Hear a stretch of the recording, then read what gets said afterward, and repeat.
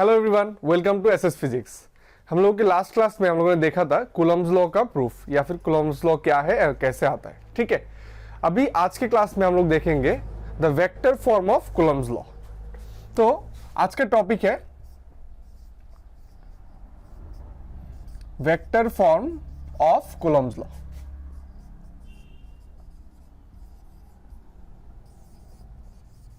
ठीक है, तो अभी देखो बहुत ही इजी टॉपिक है। हम लोगों ने कूलम्ब्स लॉ में क्या देखा था, पहले हम लोगों को जो बेसिक चीज है वो लिख लेना है इधर। कूलम्ब्स लॉ में हम लोगों ने देखा था कि 2 पॉइंट चार्जेस, ठीक है, with magnitude Q1 and Q2 एक दूसरे से R डिस्टेंस पे है, राइट। कोई भी मीडियम पे चार्ज Q1 एंड Q2 एक दूसरे से R डिस्टेंस पे है। मैं मान लेता हूं this Q1 and Q2 both are positive charges. ठीक है, मैं मान लेता हूं Q1 and Q2 both are positive charges. तो ये सिमिलर चार्जेस है। ठीक है, तो सिमिलर चार्जेस होने के कारण क्या होगा, Q2 Q1 के ऊपर और Q1 Q2 के ऊपर फोर्स डालेगा, ऑब्वियसली ऐसे भी डालेगा, बट ये जो फोर्स होगा that will be repulsion, right, क्योंकि सिमिलर चार्जेस है। तो मैं देखो Q2 के कारण ड्यू टू Q2 Q1 के ऊपर जो फोर्स आ रहा है वो इस डायरेक्शन पे एक्ट करेगा, राइट। सो द फोर्स, इसको हम लोग लिख सकते हैं फोर्स जो वेक्टर होगा ऑन Q1, मतलब force on 1 due to Q2, तो इसको हम लोग लिख सकते हैं F12। फिर से बोलता हूं, force on charge 1 due to charge 2, this is my force 1 2 जो इस डायरेक्शन पे एक्ट कर रहा है। ठीक है, फिर से फोर्स ऑन Q2 या फिर force on charge 2 due to charge 1, तो इसको क्या लिख सकते हैं, force on 2 due to charge 1 लिख सकते हैं हम लोग, राइट। तो ये हो गया हम लोगों का फोर्स वेक्टर्स कि फोर्स कौन सी डायरेक्शन पे एक्ट कर रहा है। ठीक है, अभी आगे अब अगर हम लोग इसका पोजीशन वेक्टर निकाले तो क्या निकलेगा, Q1 का पोजीशन वेक्टर क्या निकलेगा। देखो जो फोर्स लगा रहा है, ठीक है, तो Q1 Q2 के ऊपर लगा रहा है, इस डायरेक्शन पे लगा रहा है, राइट। तो इसका पोजीशन वेक्टर क्या निकलेगा, R किसके रेफरेंस पे, रेफरेंस 2 में, मतलब Q1 का जो पोजीशन हम लोग निकालेंगे वो किसके रेफरेंस से निकालेंगे, Q2 के रेफरेंस से।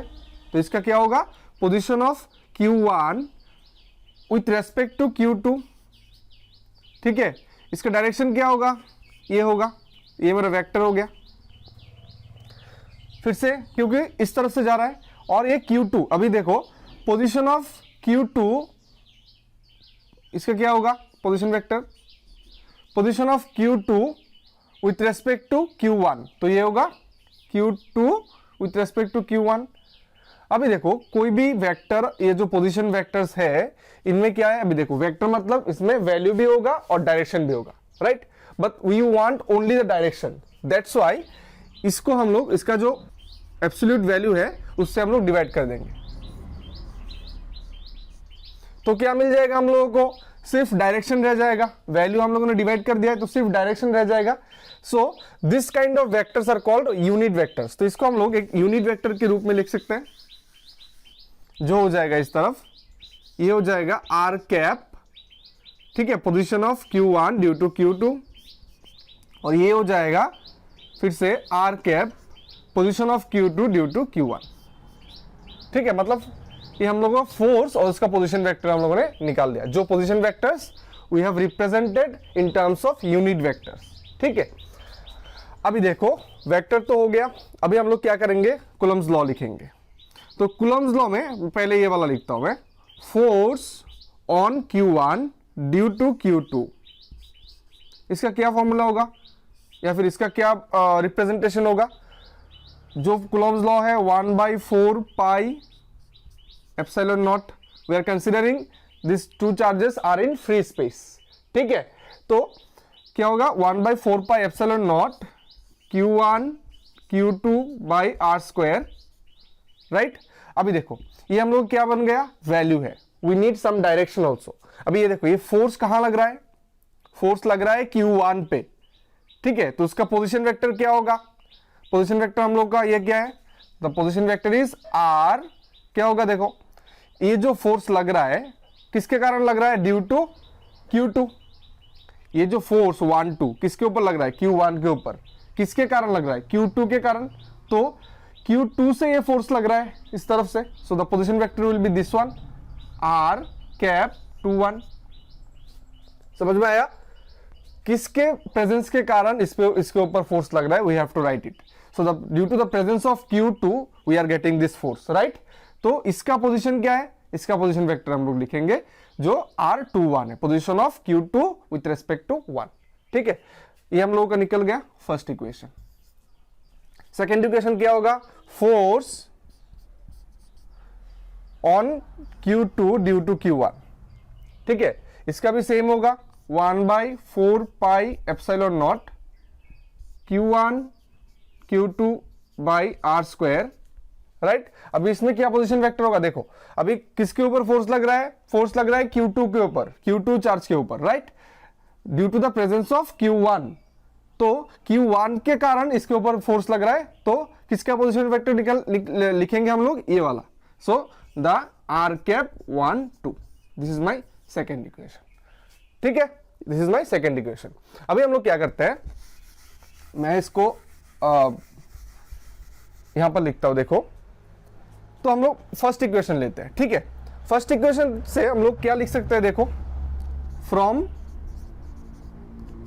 फर्स्ट इक्वेशन हम लोग को क्या मिल रहा है? Force 1 2 equal to 1/4 pi epsilon naught into Q1 Q2 by R square, right, Q1 Q2 by R square. अभी देखो ये जो R कैप 2 1 है, ये एक वेक्टर है, ओके। तो किसका पोजीशन निकाल रहे थे हम लोग? Q2 का position with respect to Q1। इसको हम लोग लिख सकते हैं minus of R cap 1 2, vector में सब ऐसे लिख सकते हैं हम लोग। देखो एक ही चीज है, माइनस मतलब उसका ऑपोजिट हो जाएगा। किसका ऑपोजिट? R12 का ऑपोजिट क्या है? R21 है। So we can write this first equation as this one.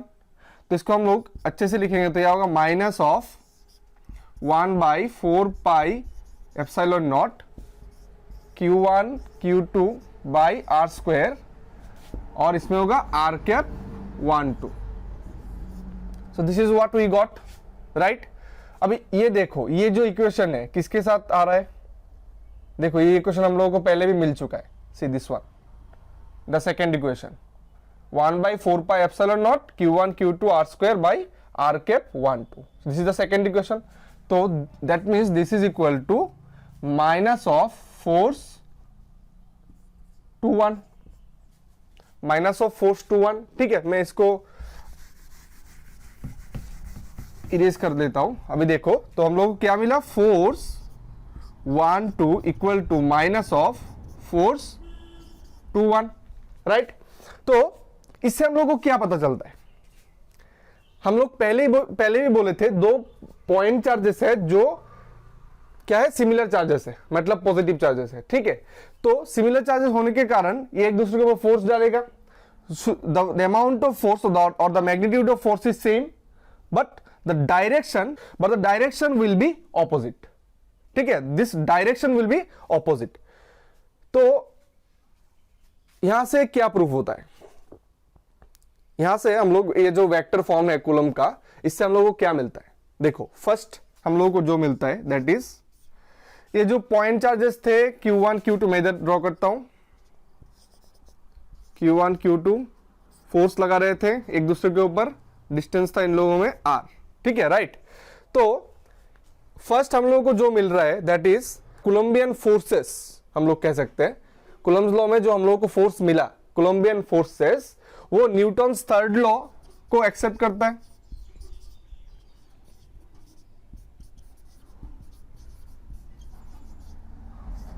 Similar and opposite charges, opposite forces, right.